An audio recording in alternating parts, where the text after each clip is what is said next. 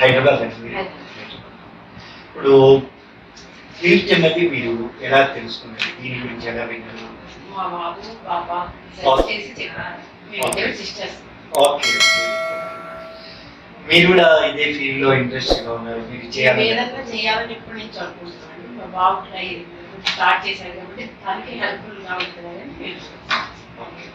పైన మన వల్ల మనం ఒక ₹1 మన కష్టాలు మన ఎబిలిటీ వల్ల సంపాదిస్తున్నారు, అది కూడా హ్యాపీనెస్.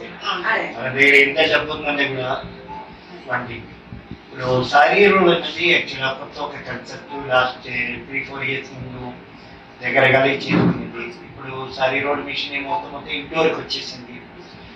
మనకు బయట వర్షం కానీ వాతావరణంతో సంబంధం లేదు. సో మేజర్ ఛాలెంజెస్ దీనికి రావడం ముందు ఏమీ డౌట్ ఉండేది, ఏమీ ప్రాబ్లం ఉండేది? మేము కర్రతో చేసేది చూసాము. ఓకే, బ్యాక్ సైడ్ మా ఫిట్టింగ్ బ్యాక్ సైడ్ ఉంది. ఓకే, అలాగేనే అనుకున్నాం. 1.5 years ఈ సైడ్ లో చూసి